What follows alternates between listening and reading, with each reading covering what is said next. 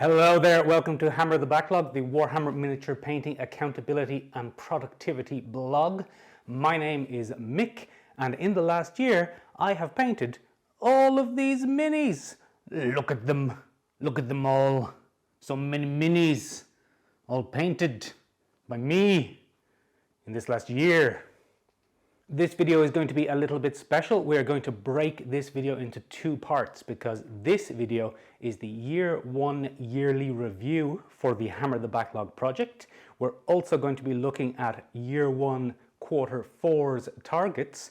And in the second part of the video, we're going to do our planning for year two. So this is a big one. Let's get started with a look at year one quarter four. Let's review the last quarter's targets, see what we hit, see what we didn't hit, and talk briefly about everything that happened. If you saw the last video, or if you've been following the blog at www.hammerthebacklog.com, then you'll know that this quarter we had 4 painting targets and 1 outside of painting target, what I like to call 1 meta target. The 4 painting targets were: number 1, get Blackstone Fortress Escalation painted, photographed and online. Number 2, get Blackstone Fortress No Respite painted, photographed and online. 3, get Blackstone Fortress Deadly Alliance paintographed. 3, get Blackstone Fortress Deadly Alliance painted, photographed and online. Number 4, get Blackstone Fortress Ascension painted, photographed and online. You have no idea how many takes that just took. Our meta target, our non-painting target, was to get the garage workspace converted, cleaned up and ready for storage and painting. So how did the 5 targets go? First of all, I'll be honest, at the time of filming this video, the meta target of finishing the garage isn't quite finished. This is the nature of human perception of time, that sometimes I have to make these before everything else is done. So we'll be throwing over to future me in a few minutes to have a look at that. But let's assume that he got it done. If he didn't, off to the punishment cubes. So, painting targets. Number 1, get Blackstone Fortress, what's it called? Blackstone Fortress Escalation painted, photographed and online. Escalation was the biggest part of this quarter's targets. There were 1, 2, 3, 4, 5 characters and 7 baddies. This was about half of the painting for the entire quarter from this one expansion. We had the 5 heroes who each got a week of painting time each. We had 6 cultists who each counted for 1 Hammer the Backlog point, so about 3 or 4 hours of painting each. And then we had the cultist Firebrand here, who was the most complex baddie model, and he counted for 3 or 4 points. I don't really remember. This was a lovely set to paint. The cultists were great fun. Each one of them got a slightly different skin tone, tied together by the purple of their robes using Sigvald Burgundy, which I've discovered is my absolute favorite of the new contrast paints. The next set that I got finished and ticked off as a rock achieved is the No Respite set. No Respite was 3 Plague Marines and 6 Poxwalkers.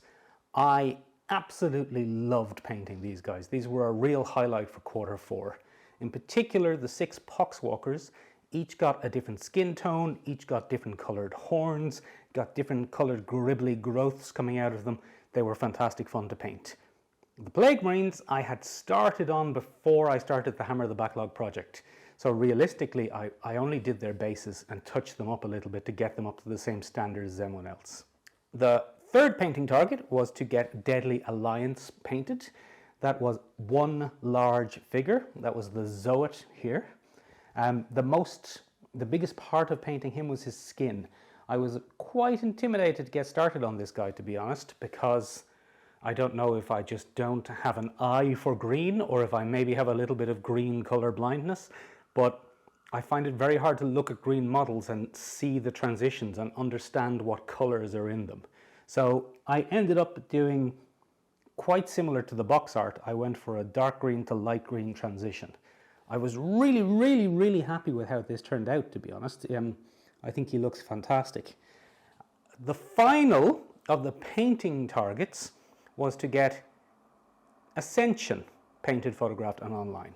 So for Ascension, we had the 2 Guardian drones. Each one took me a week of painting, so about 10 hours each. Even though I painted them using the exact same techniques, they ended up looking slightly different. I don't know why that happened. I think that is one of the real challenges of painting white. These guys are almost grayscale. The carapace parts are a grey to white blend, and the leg parts are a black to grey blend. The only colours on them are their slightly pinkish eyeball things and their blue bases. So all in all, a fantastic quarter of painting. All of the targets easily hit. I had lots of fun. I even had time to muck about and do a few other things. Really satisfying quarter of painting. The other big part of quarter 4 was to get the garage converted into a storeroom and a little work studio. So I am going to throw now to future Mick, who's coming to you as our outside broadcast from the garage, which I assume at this stage is completed. Here we are in the fully refurbished garage, standing in front of, for everyone to see, the entirety of the beautifully organized pile of shame. So everything in here is done. We've got nice clean floors down. We've got floor to ceiling shelving stacked all the way up. We've got, you can probably hear it whirring in the background, we've got an extractor fan up here so I don't poison myself. There we go. So I don't poison myself when I'm playing with chemicals. We've got the entirety of the pile of shame here across multiple hard plastic boxes and carry cases. We have last year's miniatures all safely put away in plastic boxes. We have other parts of the collection, all of the paints. Also, on the other side of the room, we have the workbench. So now we have a nice, clean, empty workbench to work on and paint on. We've got a fitting skeleton for thematic reasons. We've got a daylight, very high intensity daylight bulb for photography. Down here we have the 3D printing setup and the airbrush setup and a little spot for storing paints as we strip them. Over here we have all of the various tools, scenery, liquids, everything put away nicely. We have a little Dyson fella here so that the air quality remains good, and again, I don't poison myself when we're running a 3D printer or if we're running an airbrush, and everything is beautifully temperature controlled and clean and lovely. Very, very happy. Thank you, future Mick, for that gripping report on the garage situation, which I assume has ended splendidly. So, with the quarter 4 review out of the way, let's take a look at year 1. As you can see in front of me on the table, these are the painted models for year 1. I have not actually counted how many models are here, but if we break it down for about 60 Hammer the Backlog points of effort per quarter, that gives us 240 points worth of painting. All achieved, all done, from grey plastic and metal and resin to this collection we have in front of us. It was an absolutely fantastic year of painting. Easily the most figures I've ever painted in 25, 30 years of collecting Warhammer and other minifigures. It was really, really satisfying. The year got started with the Bretonians. I really loved painting the Bretonians. They were one of the highlights for me. In particular, the Bretonian bowmen with their classic looks and their simple schemes. They're really what hooked me into this whole mess in the first place. I also really, really enjoyed painting up the Green Knight, which was, as I mentioned in previous videos, a gift from Andy from Mediocre Hobbies. Go check his channel out. And I loved every second of painting up my first Grail Knight. He got painted in the colors of the city of Valencia, a city I was visiting on my summer holiday last year. I saw the crest and I said, I absolutely have to paint a Grail Knight in this scheme. The second quarter of the year was taken up by the Lizard Men. Even though at the time the lizard men didn't quite speak to me to the same extent as the Bretonnians did, looking back on them, I'm very, very fond of them now. They're one of the prime candidates for being expanded on, strangely enough. Even though at the time I was doing them, I wasn't super excited to be getting more lizard men, I've ended up somehow through a combination of friendship and generosity and eBay with way more lizards. So a bit of a blow against the Hammer the Backlog process, but in my defense, I wasn't exactly buying them. So does it count? Does it count? I'm asking you, it's not rhetorical. Does it count? Can I get off the hook? Also, in year one, I managed to get some wood elves painted. Those wood elves have been sitting in a box of shame since the early 90s. And I also got the full box of dwarfs painted, the old 3rd, 4th edition monopose plastic dwarfs. Our Hammer the Backlog unpaid intern Fiona chipped in with those, and they were some of the first models she ever painted, and they turned out spectacularly. On the fantasy side, I also managed to get a single late 80s metal Chaos Warrior painted up, and the one and only Lord of the Rings model of the entire first year, a Barrow White from Mithril Miniatures, located here in Ireland. The second part of the year was taken up with a little bit more fantasy in the form of the Imperialis Miniatures Grudgebringer Infantry, which I absolutely adore, and then the entirety of the officially launched core set of Blackstone Fortress. I have the base game painted and all of the expansions. There are other Blackstone Fortress figures out there.